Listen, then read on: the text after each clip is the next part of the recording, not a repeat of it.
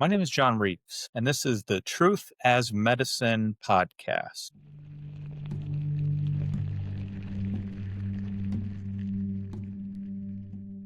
Before we get started, I'd like to begin with a little land acknowledgement. Currently coming to you from Pasadena, California. And we acknowledge that the land we are on today is the traditional homeland of the Tongva people, also known as the Gabrielino Tongva. We honor their elders past and present, and we recognize the Tongva community's enduring relationship to this land. So why this space exists? People for a very long time have been telling me to do a podcast.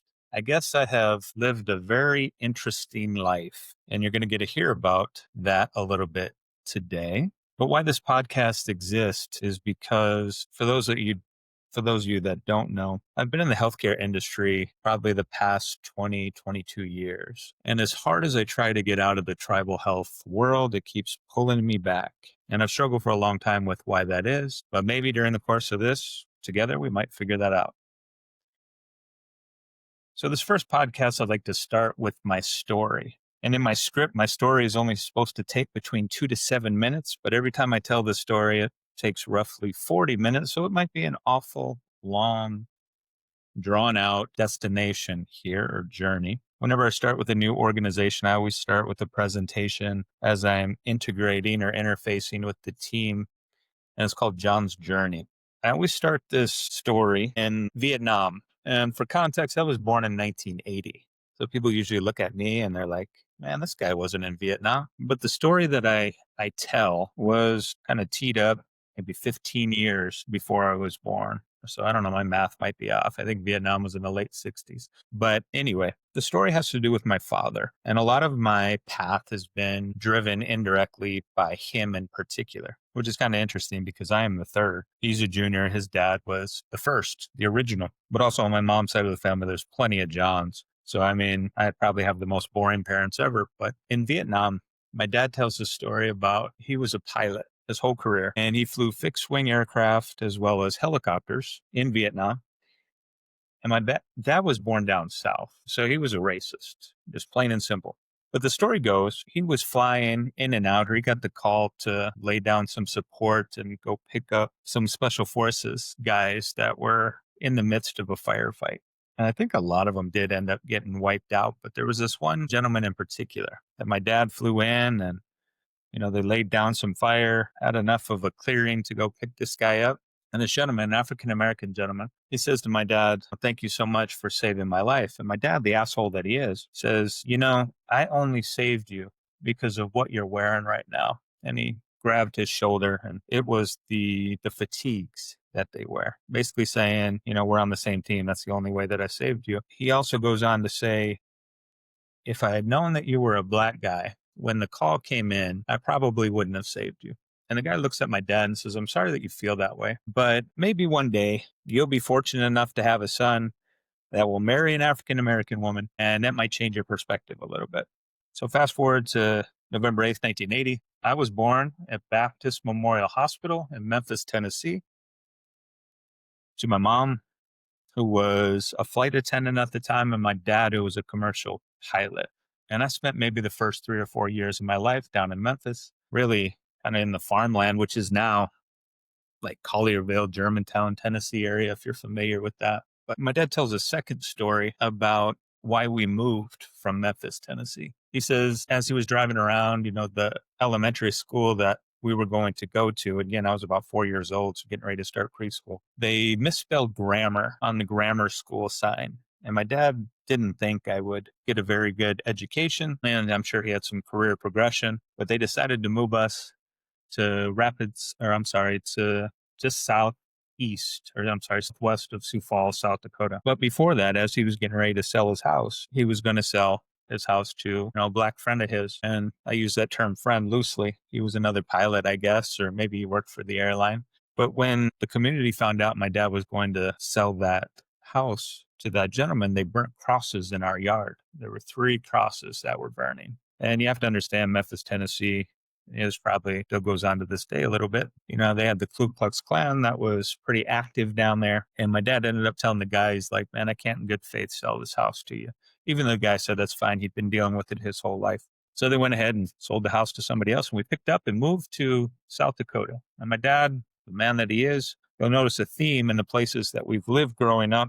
And I moved around quite a little bit, but he didn't like to pay taxes too much, which is why we lived in Tennessee, which is why we moved to South Dakota. Also, why we were looking at moving to Alaska or outside the country, later on in life. But anyway, we moved to South Dakota.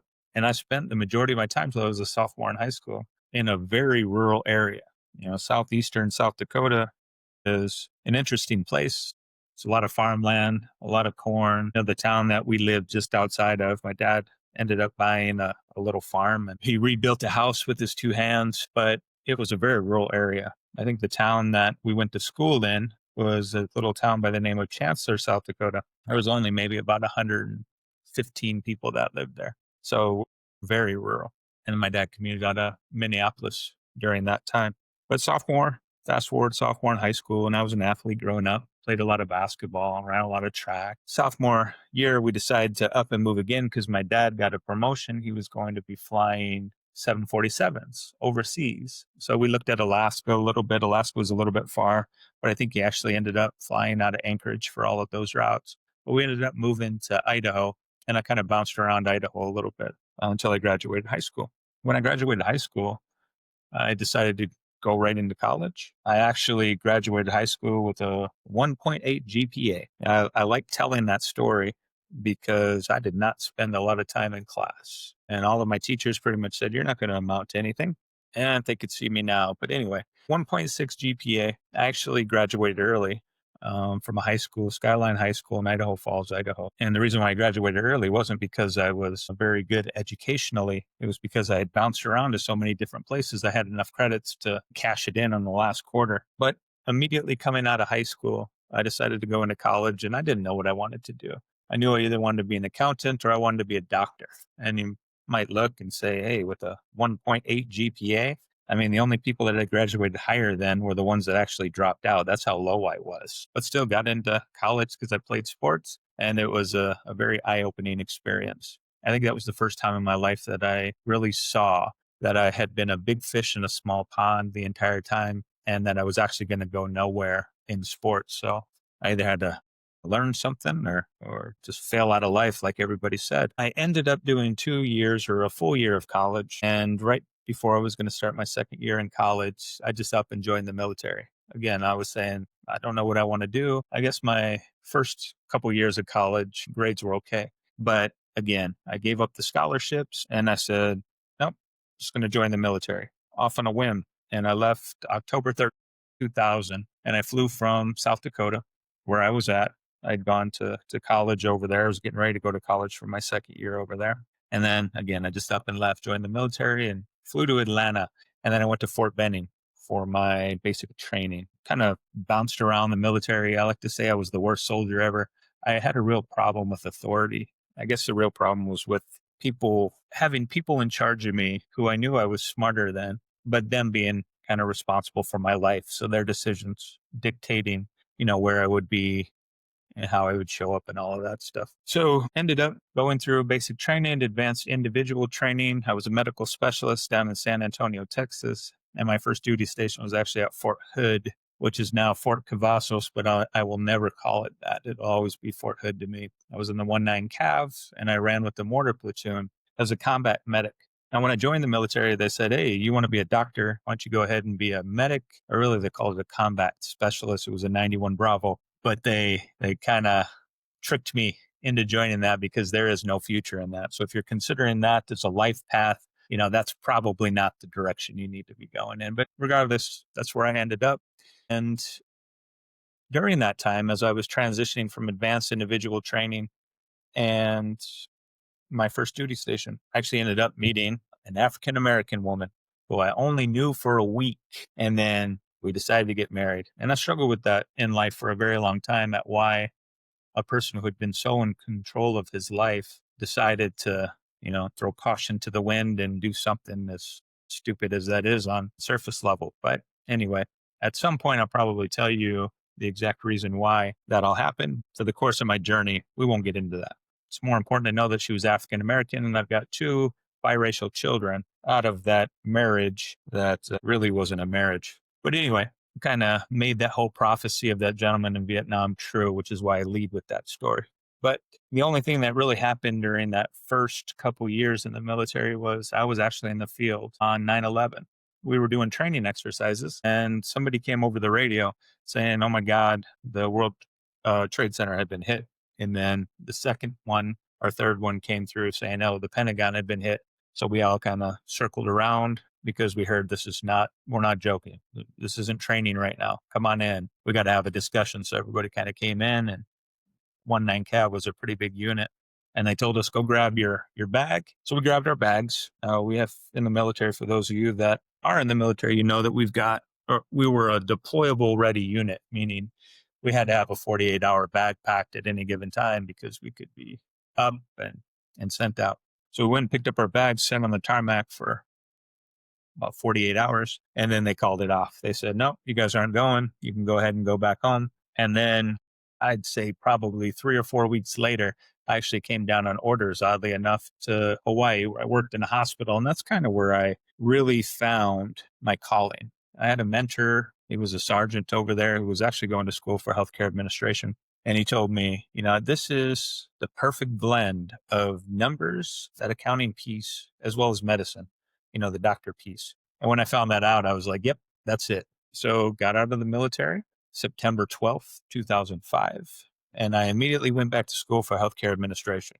I knocked out an undergraduate degree and 2 master's degree in very short order. I didn't take any breaks. During that time, I had also had my second child. So I was a single dad, going to school, living in South Dakota. And during that time is kind of where I found maybe the second calling. Again, I was very athletic getting out of the military. I used to go down to the YMCA and play basketball in Rapid City, South Dakota. We used to go to noon ball, it was called. I don't think they have it anymore, but that's where I met some of the friends that I still have to this day. The majority of them were Native American, but we did have that one thing in common was basketball. And I kind of fell into this great group of people. And while I was going to school, getting my degrees, I wasn't working, at least for the first part of it. And we would travel around because we didn't have money. So we would play in these independent basketball tournaments. We would travel all over the Midwest. We would go to Lame Deer, Montana, or we would go to Crow Agency,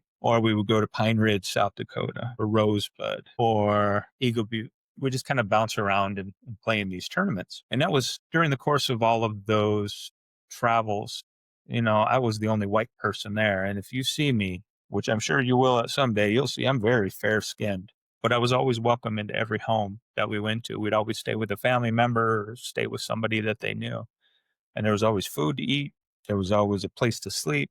And we always had a roof over our head everywhere we went, even in Crow Agency, which I like to tell this story because we were playing in a tournament in Crow Agency and over on the Crow reservation with the Crow people.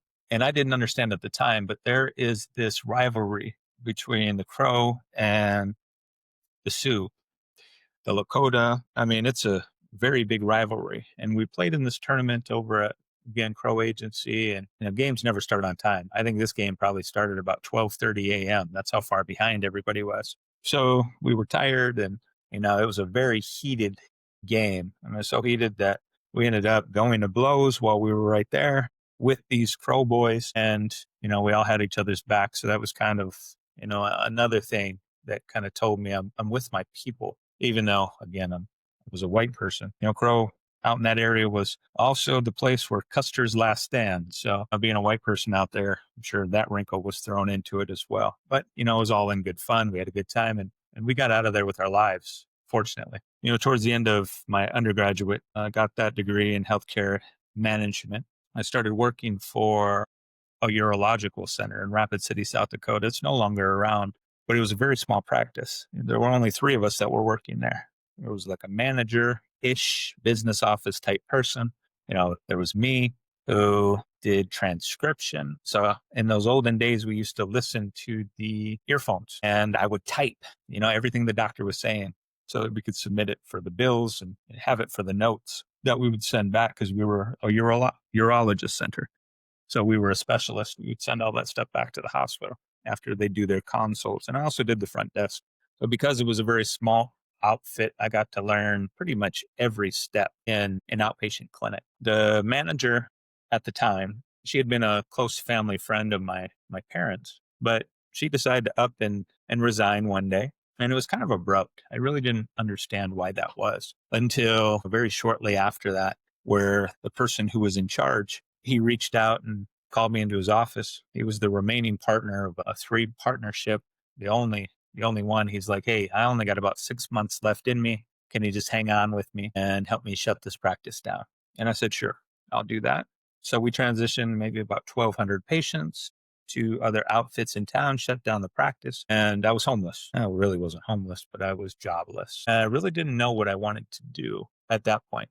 I had been dating a young lady who was Lakota, and we were sitting in McDonald's one day, and they had an old newspaper that was called the Lakota Sun Times. I think it's something different now, but it's still around, and trying to figure out what I was going to do with my life. And she found, back in those days, there was these job postings where they'd put it in the newspaper. So she was like, "Hey, have you ever considered working for Indian Health Services? We never have anybody that's good. And maybe it's something you could get into." I said, "Honestly, I'd never even heard about that, but I'll go ahead and do it. I'll give it a go. I'll apply for it." And that was my first role in Indian country.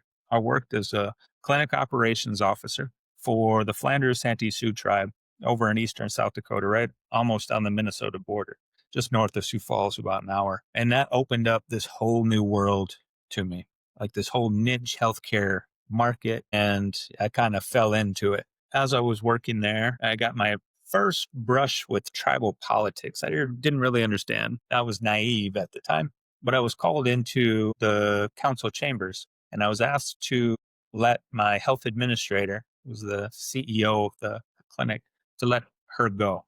I knew there had been some issues between her and the council, but I didn't really know to what extent, and they didn't really tell me.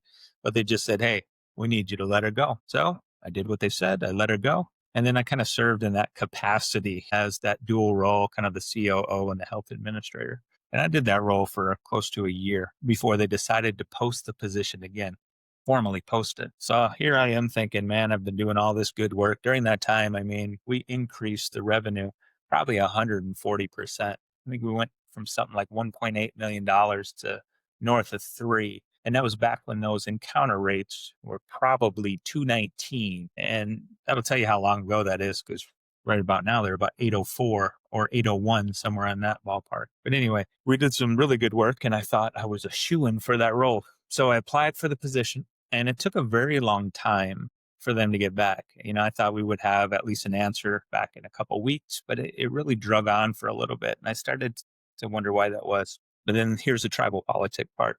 They eventually came down and called me to their office and they said they were hiring somebody for that role. And I said, "Yeah, that's great. Congratulations. Who is it? What's the background?" And that individual that they hired was a family member of one of the council who had worked in an insurance company. So not a lot of clinical experience, but they were bringing this individual in. And, again, I kind of felt slighted with the industry.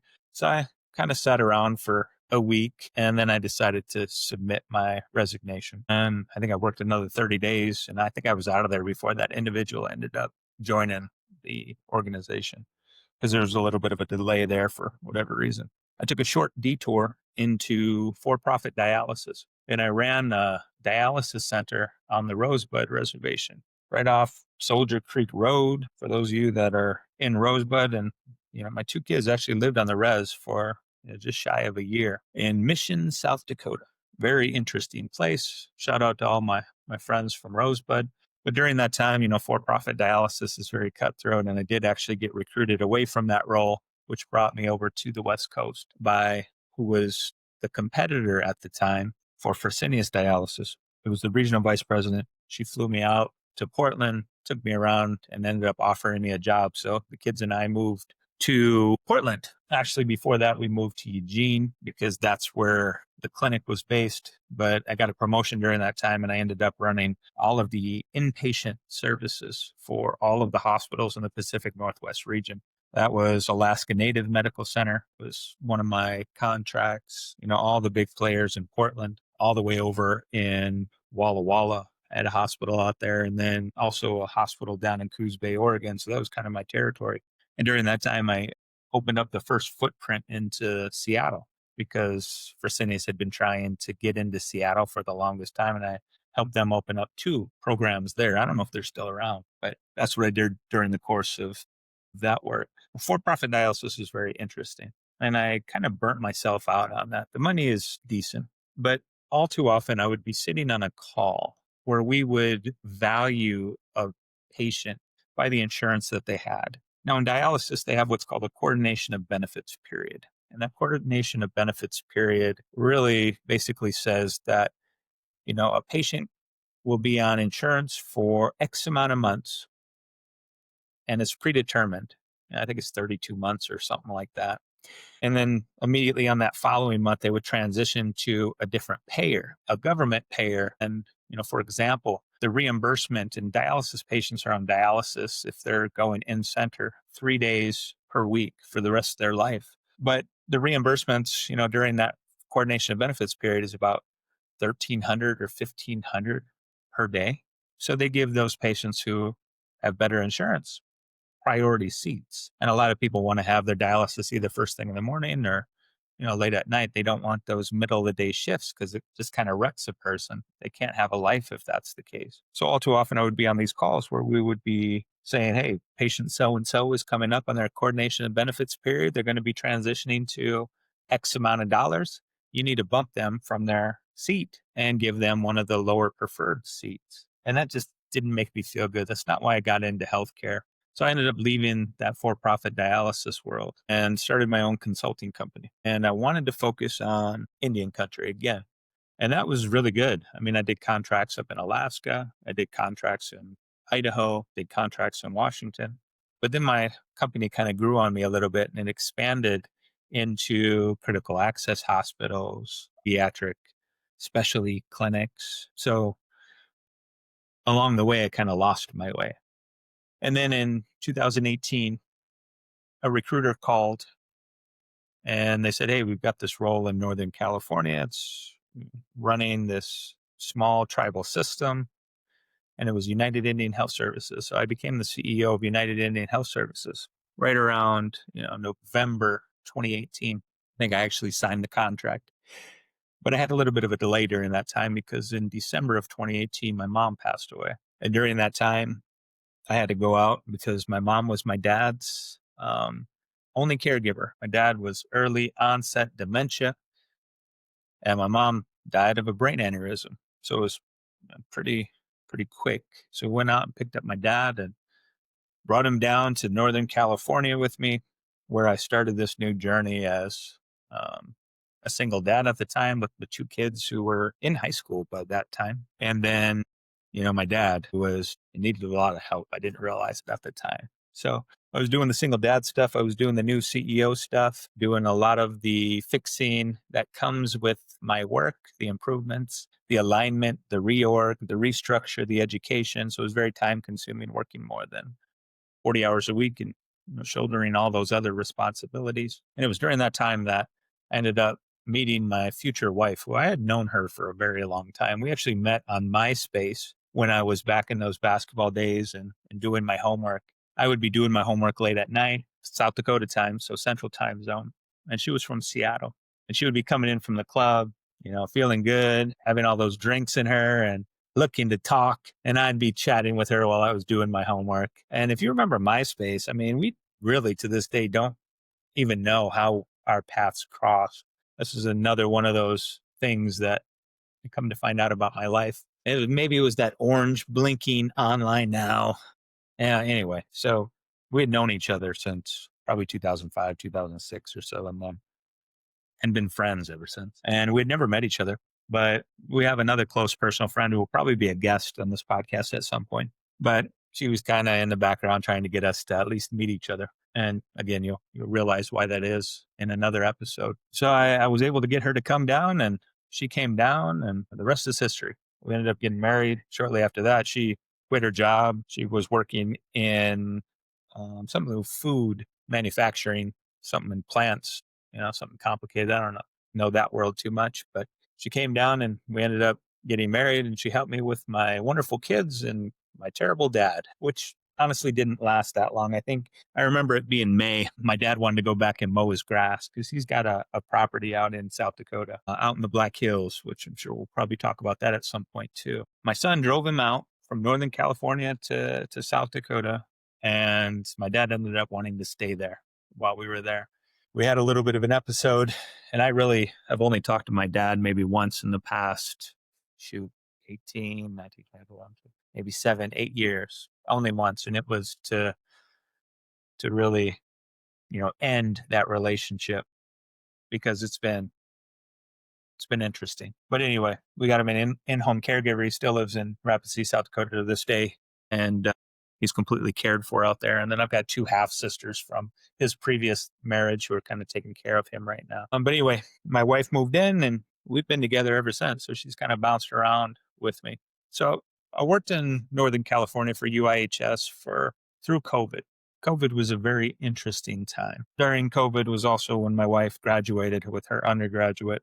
So I was trying to give her some opportunity. But also, as I was working in Northern California, it became clear to me that with the culture and the history, that they really needed somebody of the people to run that organization. So towards the end of my tenure, I actually transitioned over to be a contractor again. And then I mentored the young lady who is doing a phenomenal job leading that organization to this day. Liz Lara. She's awesome. So shout out to you, Liz. But then I kind of transitioned back into the consulting world. During COVID, my tribal healthcare consulting company actually made a little bit of an evolution because for the first time, tribes had a lot of money. There was a ton of money floating around. And my company actually rebranded as Indigenous Healthcare Advancements. And we started providing full solutions, A to Z care for tribal nations. And we've had tribes that have reached out, one in particular in Oregon that had been a dental clinic for 20 years. They had purchased a couple properties, one of them being an old bank building, and they asked us to build out that entire service line, behavioral health, medical, pharmacy, and also telehealth. So we built out that entire health center, everything from A to Z, hired the doctors, did the training, implemented the EMR, and then at the end of that contract, handed that off to somebody who is still running that organization to this day. But there's a story in that one as well. Another close personal friend of mine, his name is Richard Movescamp, and he's a Lakota healer from Wamblee, South Dakota. Great guy. He's also got a book, My Grandfather's Altar, that he'll probably be a person on this podcast, a guest on this as well. But as we were dedicating that property to the community, we did the ribbon cutting, we had the whole ceremony. I was taking people in and I was given special tours of the facility before everybody got to see it, before we started seeing patients. Richard came with me, his nephew was with me as well. And we walked through that clinic. I took him through because I was proud of the work that we did there. And it's the most beautiful clinic. If you ever find yourself in Coos Bay, Oregon, Three Rivers Health Center, they have direct care services. So drop in, have a healthcare visit. But it's so beautiful. They have all the art on the walls, all of the beds, because we only have 5,500 square feet that we were dealing with. So it's very progressive as far as flow is concerned. The beds actually weigh themselves. They transfer and transmit all of the vitals directly into the EMR. We had scribes helping the doctors. My goal was to make sure that all of those doctors, all the administrative burden was handled for them so that they could spend that time with the patient and have that visit. But anyway, we're walking through this beautiful, beautiful facility and we get to the end and Richard stops. And if any of you know Richard, he's a very soft-spoken man. He's a man of few words, but when he speaks, he's got something to say. And he stopped me. He's like, John, this is the most beautiful building that I've ever seen. He's like, our people should be happy to receive care here. But other than a few pictures on the wall, there's nothing in this clinic that is of the culture. There's nothing that tells the people that it is a clinic for the people, by the people. And that was very impactful to me because he was exactly right. I mean, during the course of that whole project, which was probably about 24 months beginning to end, and on the front end, I was trying to get that tribe in particular to understand the importance of integrating culture into the services that we provide. But for whatever reason, it just didn't stick. That tribe that I'm talking about, they were terminated. So they were told one day that they are no longer a tribe. And then during the Reagan era, Reagan restored them. So because of that, they have that time period of disconnect to their culture. And they are very sound business people, meaning they had to adapt to the white person's way, that corporate business, to make money in order to be successful. But they struggle a little bit with understanding their foundation, their culture, their traditions. And there's a few people there in the tribe that have it, but for whatever reason, we weren't able to harness that and integrate that into the facility, into the practice, into everything that we were doing, the workflows, the being of the facility. And because of that, Richard, his statement says, because of that, the people are not going to honor this. They're not going to feel connected here. It's not going to be a place for them. It's not going to be a place that they can get health services that they can't get anywhere else in that community. So I think all of those, it was kind of the perfect storm. But I made a commitment to myself in that moment that all the projects that I do from then on were going to be led with culture. And that's kind of why this podcast is important, is to understand, at least for the delivery of healthcare in Indian country, I think that missing piece, and I think this is a missing piece for the entirety of the healthcare industry. I have said for so long that what we understand in Indian country is the missing piece for the broader healthcare puzzle. We understand culture. We understand that manifestations of illness could be misalignments in the spirit of the person. The food that we eat, the spirituality, the approach that we take to life. It could be impacting what we're dealing with, sore knee, sore neck, headache, those kind of things. So I think by the end, my goal, by the time I die, and this is one of my soapbox moments, before I die, the real healthcare industry is going to understand the value that we have, that we understand, and they're going to use or see that is the missing piece to improve the healthcare system. So hopefully I'm around long enough to see it. I really believe that I will be, but that's kind of the basis for this podcast. Where I am at currently in my life is I'm working for an urban program in downtown Los Angeles. And it's an interesting situation. It was another recruiter situation. I had been doing my consulting. We still do contracts to this day in various parts of the country, but this one in particular is unique. It's unique in the fact that it's the first time I've ever heard of a tribal health program having its funding pulled or having its status removed, meaning it was one of the 5 urban programs in the United States that had a self-determination contract. But IHS ended up pulling that status. And because of that, the urban program, which serves, on paper, they say about 242,000 American Indian, Alaska Native, and Native Hawaiians in Los Angeles and Orange County. I mean, on paper, we're really only serving about 3,000. And we have 11,000 on our books, but that includes our community programs as well. And we use ECW as our EMR. So regardless of whether they're coming to us for housing or whether they're coming to us for workforce, they are an active patient of our EMR, which I believe is the right way to do it.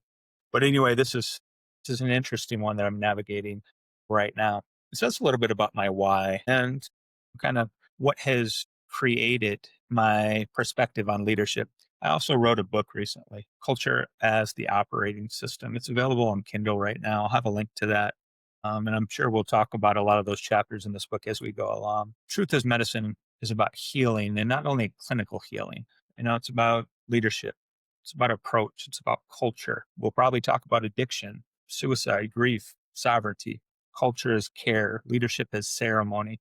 We're going to have real conversations, and this isn't going to be a PR pitch. We have others that are in our space that are doing these things. And this is why I don't go to those large conventions, because oftentimes, there's some bits and pieces and diamonds in the rough as far as information is concerned. But, by and large, they are sales pitches. They're about trying to get you connected to them or sell you on something that you need so that they can provide you a service. But we won't be like that here. We're going to talk about the real issues, and you're going to get the raw John Reeves approach and perspective on those issues. And some of our upcoming guests, I mentioned Richard Movescamp. I'm going to try to get him on here. I love talking to him. Every time we chat, it's just a wonderful time. I'd like to share that with you all as well.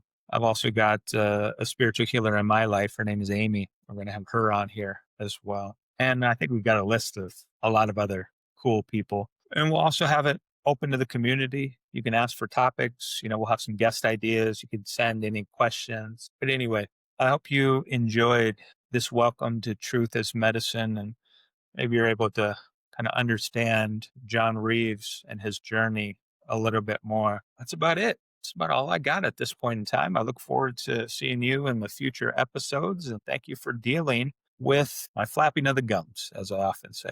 I wish you guys a great day, and we'll see you next time.